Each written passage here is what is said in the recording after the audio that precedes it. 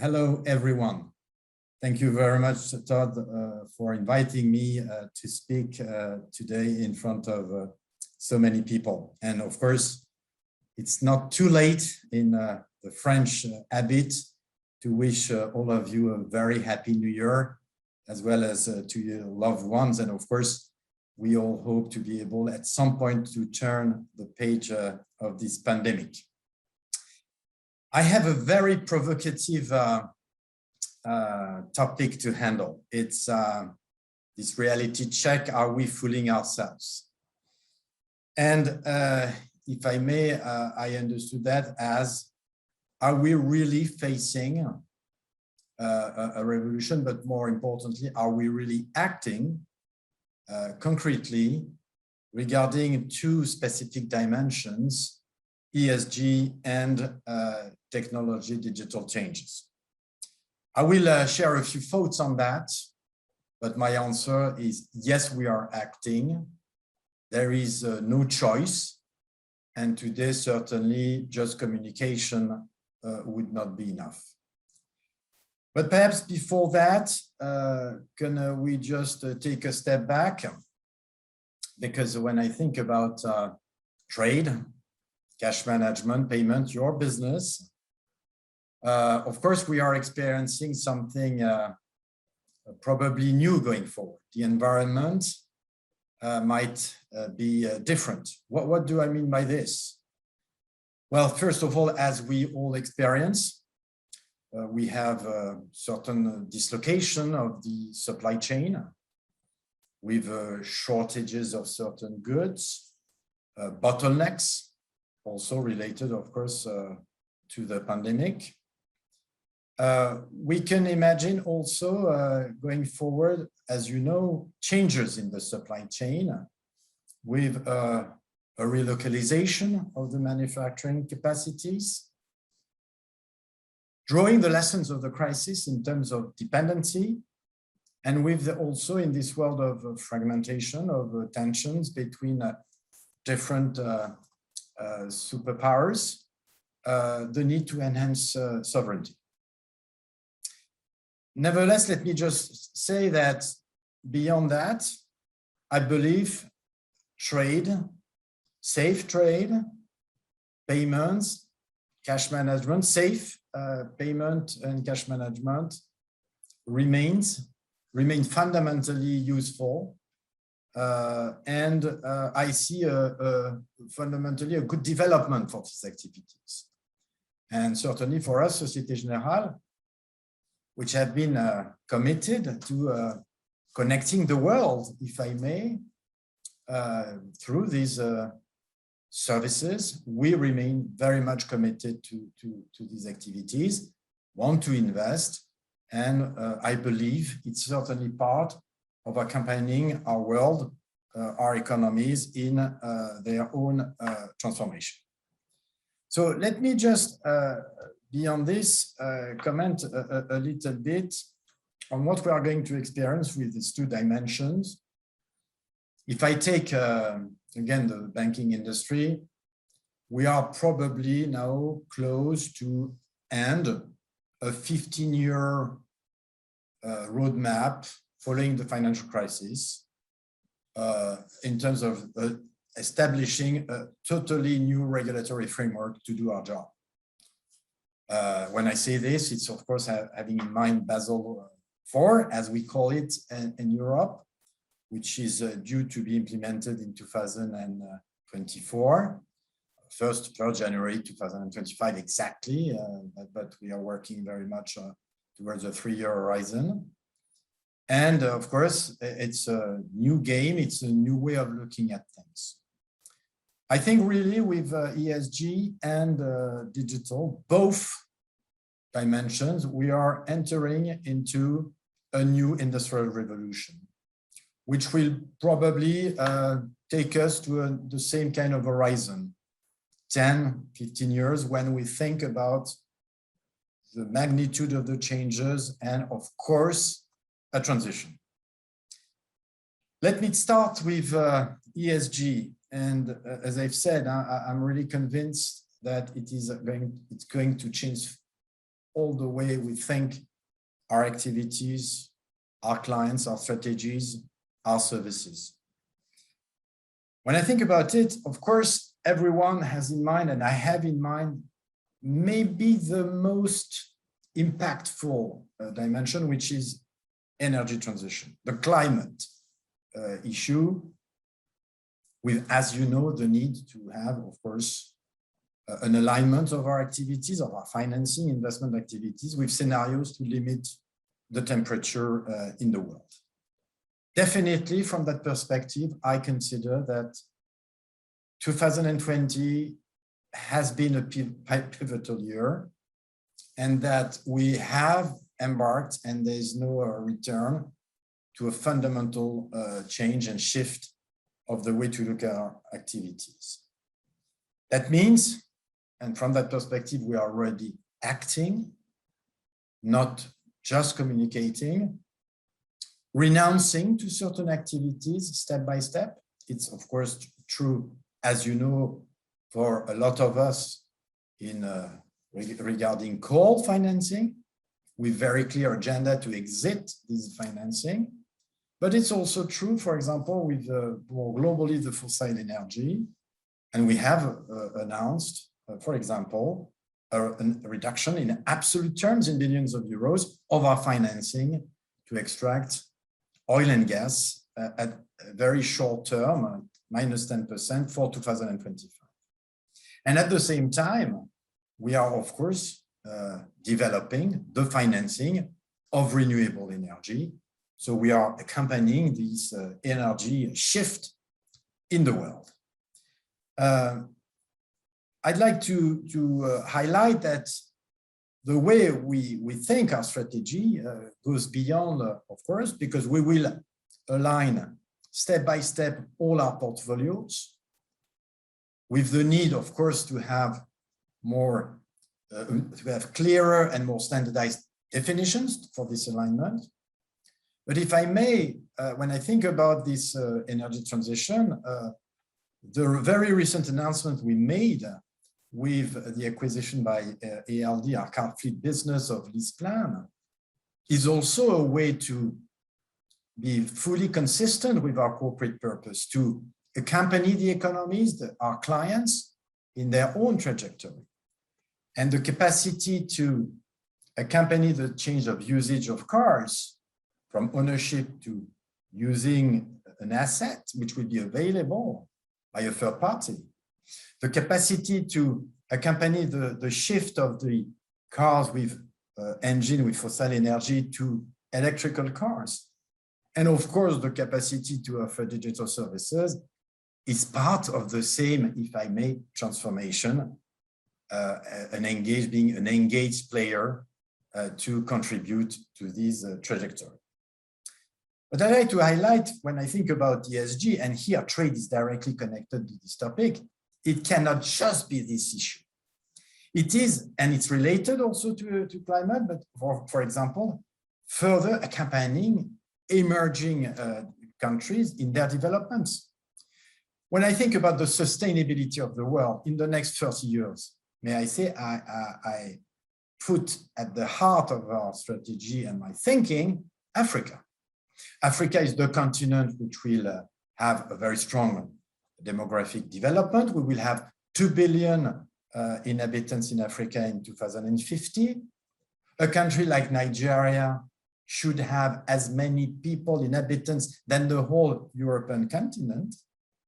And if I may, if we cannot ensure local economic and sustainable development in Africa, you can imagine the instability which will be created with so many people looking for jobs, access to energy, access to a better standard of living. And here, as you can imagine, the capacity, of course, to help companies, to have the economies to expand is something where we can contribute positively to a sustainable world. Beyond this issue of emerging continents, and here the equation of the access to energy will be critical, and the question, of course, can we look at these countries, their energy mix in the same way than Europe? Probably, certainly not, goes beyond. Financial inclusion is certainly part of it. And we touched upon digital technology from that perspective for some of these countries.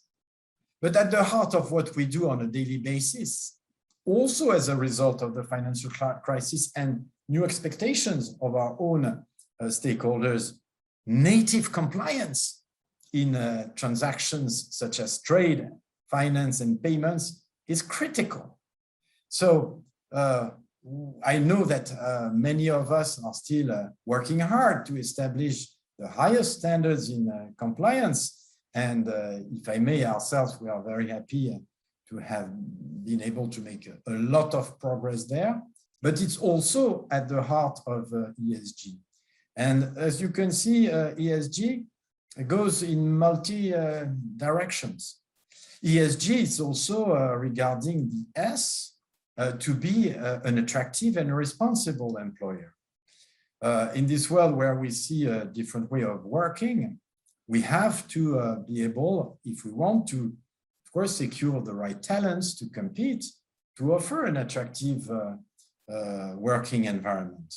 It's around diversity, as we all know. There are, again, as a result, maybe of a long-term evolution, but also, of course, of this crisis, which has triggered further reflection, new expectations. We, same thing, consider it's an essential dimension of being competitive and to make further progress in that direction. So as you can see, ESG in all the dimensions will, I think, really be, has to be embedded in all the strategies of businesses and functions in a very consistent way.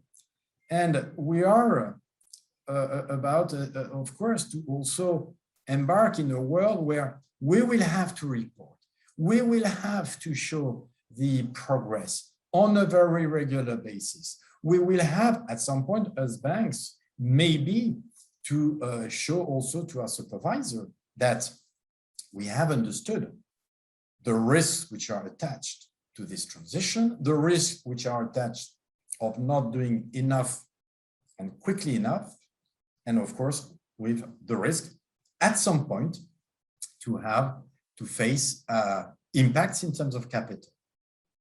From that perspective, let me just highlight that I really wish the global community, first in the next 2 to 3 years, to work hard on a framework which makes sense, which is as much as possible shared as common standards, which will again be consistent with the idea of accompanying the transition, because it's important also that this transition is manageable for everyone in this world. And some people can access energy, others might for some time think that fossil energy might be needed for their daily job. So we have again to establish the framework before entering maybe at some point into a regulatory framework, which might mean some capital impact for certain players, which might not have embarked enough in this consistent trajectory. The second element, the second industrial revolution is definitely around new technologies. And as I said, sometimes actually this is also connected with the first topic, whether it's regarding financial inclusion or even the way to think, for example, the car. The car is going to become a connected car. At the end of the day, probably a PC on wheels and with a battery. We are going to experience a lot of changes. And here again, when I think about the next 10 years, I can expect many, many changes, in particular in the business around trade finance, cash management, payment, everything around the transaction, this transaction world. First, we have to factor the development of cryptocurrency, certainly central digital cryptocurrency. I tend to think that central banks will want and will develop this kind of digital tool. fundamentally because they want to show that they are embarking into innovation, but also because in front of potential initiative from the private sector, they want to keep their sovereignty, which is around a currency. Among the sovereignty of countries and governments, one of the key features is, of course, the currency and the monetary policy. So I tend to think that in such an horizon, we might have seen the emergence of such central digital currency beyond, of course, the development also of crypto assets, and maybe sometimes other cryptocurrencies with private initiatives. My own view is that at the end of the day, this world will have to develop under scrutiny from supervisors. Will have to develop within a regulated framework. I'm not sure that initiatives where fundamentally you cannot comply with, again, these requests to have transparency, to have capacity to monitor the flows, to check that these flows of money are not financing bad purposes, terrorism, money laundering, that there is, again, this is not the support for tax evasion, will remain at the heart of expectations of our public authorities, public opinions. Again, in a world where transparency is everywhere, and after this crisis, one of the issues is, of course, to deal with big public deficit, big public debt, and this is something which will come back to the agenda. And so, as I said, I think that I tend to think that what will survive, what will develop, is more something which will be regulated. Beyond this issue of around cryptocurrency, crypto assets, we have also, as we know, a fundamental benefit to adopt the new technology. We have still sometimes processes which are a little bit, if I may say, old-fashioned, where still sometimes you use paper. And despite the intrinsic risk attached to some of the transactions, of course, we are monitoring with the need for security, securing the goods, securing the payments. And as we know, technologies such as DLT, blockchain technology could mean a fundamental quantum leap in terms of modernization of the processes and further security. From that perspective, I remember some of the discussions we had 3, 4, 5 years ago. As always, sometimes progress can be a little bit slower than expected, but I see also with a lot of interest new initiatives which are further developing. And as you know, banks and Société Générale in particular have contributed to the emergence of some of these initiatives. For example, on the trade finance side, I have in mind Congo, which is a platform with different players relevant in trade finance. It can be energy companies, traders, banks, to try to establish a framework which would be, of course, as I said, much safer, much more efficient. A key issue there is, of course, to establish standards, because the multiplication of these initiatives in itself is useless. We have to be able to share if we want, again, to be efficient and have an integrated world and avoid, to a certain extent, the fragmentation that we still see in the payment world in Europe, and with the willingness to try to reduce this fragmentation. So this question remains. It might take some time. And may I say, from a strategic point of view, we as Société Générale, from that point of view, we think that, yes, we should encourage standardization. We should encourage mutualization. We are happy to participate to the co-construction of platforms, which could be kind of common goods, going forward. And as you know, in your activity, we've been able to establish SWIFT as a kind of common tool for the benefit of players. We are again happy to see how we can further enrich to a certain extent these common tools and the reach of these common tools to issues such as compliance, KYC. I am very frustrated when I see sometimes the time, the money that we spend on things which are not that important in terms of differentiation of our offers, where it's something very common to all of us, and where from a client perspective also, rather than having many banks asking, you could think that just one source of information would be also a great simplification and less burdensome for them. So I think we need to think in terms of cooperation, and from that perspective, beyond what I've mentioned, Congo ourselves in the payment side, we have built now for many years with another French bank, La Banque Postale, a common factory called Transactis. We are working also with partners in this world of digitalization, for example, Kiriba, to ensure that we meet in a better, more efficient way the expectations of our clients.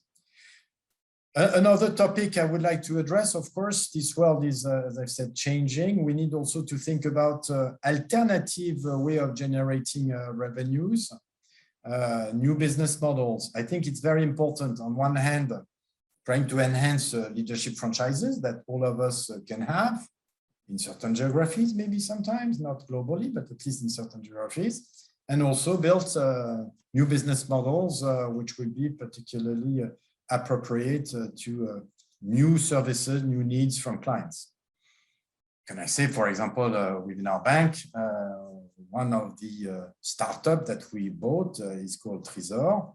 It is a platform which is offering banking services to neobanks. So we accept even the idea to help certain of our competitors to grow, to develop. We think that to a certain extent, if we don't do that ourselves and don't accept this competition, anyway, it will not stop this competition and others might do it. Same thing, can I say, I'm happy to think about the development of WeTrade, which is reinventing the open account, which is making it safer, and it's again through a consortial and digital ledger based approach, which I think offer again security. Maybe last word on payments, of course, and it's related also to this fragmentation. When I think at least the European landscape should change going forward. As you know, we have, and here I'm talking about, of course, more small payments, but beyond, we still have a relatively fragmented landscape in Europe. We have seen the launch of a strong, important initiative called API, European Payment Initiative. I have now many years of experience in the banking sector in Europe. It's the first time that I see some traction behind a project which is meant to provide, as I've said, a much more integrated payment infrastructure to Europe, in line with the ambition of European authorities to have a more integrated single market, and of course, help the flow of goods and services and the payment attached to this throughout Europe. I hope this initiative will move forward. It's a way, I think, to contribute to a better economy, more growth, and as I've said, to a certain extent, further consolidate the image of banks, which are part of the solution. It's true for ESG as well, and not, again, which slow its capacity to transition. I hope it will move forward. And as I've said, we have ahead of us the benefit of having built a positive image after this crisis. I remember the aftermath of the financial crisis. Banks were the bad guys. We were considered as accountable for what had happened. We directly impacted our economies, our clients or the public deficits of our governments and countries.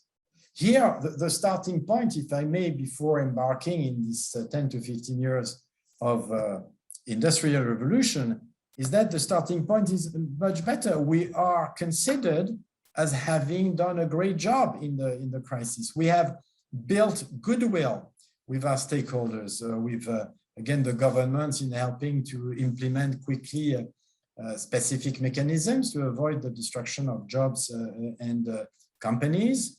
We have made a very good job to support our clients in providing facilities and liquidity. And so I must say I'm very encouraged because the starting point, as I've said, is good.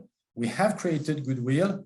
So I think it would be a shame to miss this opportunity and not to carry on working positively for the transformations of the economies and the world, which are expected by, as I've said, many stakeholders, and to start with, probably our own children.